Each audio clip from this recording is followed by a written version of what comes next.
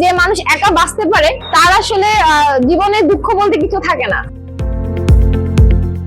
এমনই এক জীবন দর্শন বুকে নিয়ে দেশ জয়ের মিশনে নেমেছেন এক সাহসী নারী। টেকনাফ থেকে তেতুলিয়া 64 জেলা দেখার স্বপ্ন পূরণে তার বাহন কোনো গাড়ি নয়, বরং নিজের 2 পা।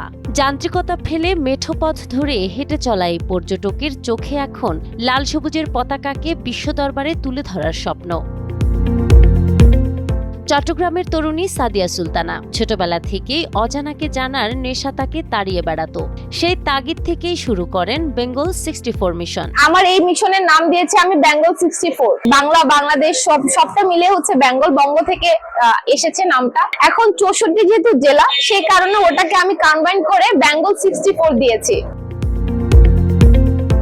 ইতিপূর্বেই রংপুর ও রাজশাহী বিভাগের সফর শেষ করে 23তম জেলা হিসেবে বর্তমানে তার পদচারণা যশোরে।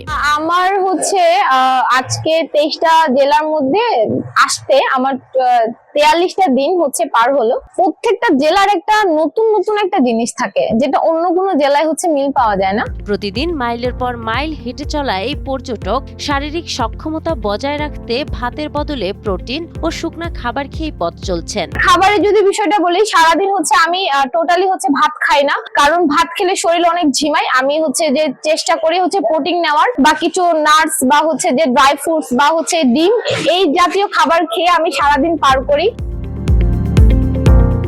তবে এই দীর্ঘ যাত্রা মোটেও সহজ ছিল না। একজন নারী হিসেবে একাকী পথ চলতে গিয়ে নানা সামাজিক বাধার সম্মুখীন হতে হয়েছে তাকে। লালমনিরহাটে ঘটে যাওয়া এক তিক্ত অভিজ্ঞতা তাকে আরো সাবধান করে তুলেছে। সাদিয়ার মতে, একজন নারী একা ভ্রমণ করতে পারেন, এই ধারণাটি গ্রহণে আমাদের সমাজ এখনো পুরোপুরি আধুনিক হয়ে ওঠেনি। প্রত্যেকটা জায়গায় কোনো না কোনো প্রতিদিন বাধার সম্মুখীন আমি হই, যেহেতু আমি একজন মেয়ে মানুষ। এটা ছাড়াও দেশের এখনো মানুষ এতটুকু আপডেট হয়নি। একটা মেয়ে একা ভ্রমণ করবে, সেটা তাদের কাছে খুবই অবাক বিষয় লাগে। কাছের মানুষের কাছ থেকে খুব বেশি সাহায্য পাইনি বলেই চলে। আমি যাদের কাছ থেকে সাহায্য পেয়েছি তাদেরকে হয়তো আমি কখনো দেখিনি, চিনি না। তারা আমাকে দূর দূরান্ত থেকে ভালোবাসে এবং হচ্ছে আমাকে এখনো সাহায্য করে যাচ্ছে।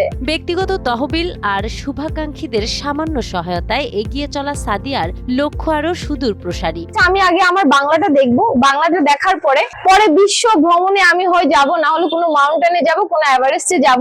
নিজের বাংলাদেশের যে পতাকা, বাংলার যে নাম, সেটা আমি বিশ্ব দরবারে হচ্ছে পৌঁছে দিতে চাই। এটাই হচ্ছে আমার একটা নেশা বলতে পারেন। অনার্স শেষ করে ট্রাভেল সেক্টরকে পেশা হিসেবে বেছে নেওয়ার ইচ্ছা রেখে এই লড়াকু নারী স্বপ্ন দেখেন মাউন্ট এভারেস্ট সহ বিশ্বের বড় বড় পর্বত শৃঙ্গ জয়ের। দুর্গম পথ আর সামাজিক প্রতিবন্ধকতার পাহাড় ডিঙিয়ে সাদিয়া প্রমাণ করেছেন, অদম্য ইচ্ছাশক্তি থাকলে আকাশ ছোঁয়াও অসম্ভব কিছু নয়। বাংলার মেঠো পথ ধরে তার এই জয়যাত্রা অব্যাহত থাকুক, এমনটাই প্রত্যাশা সবার।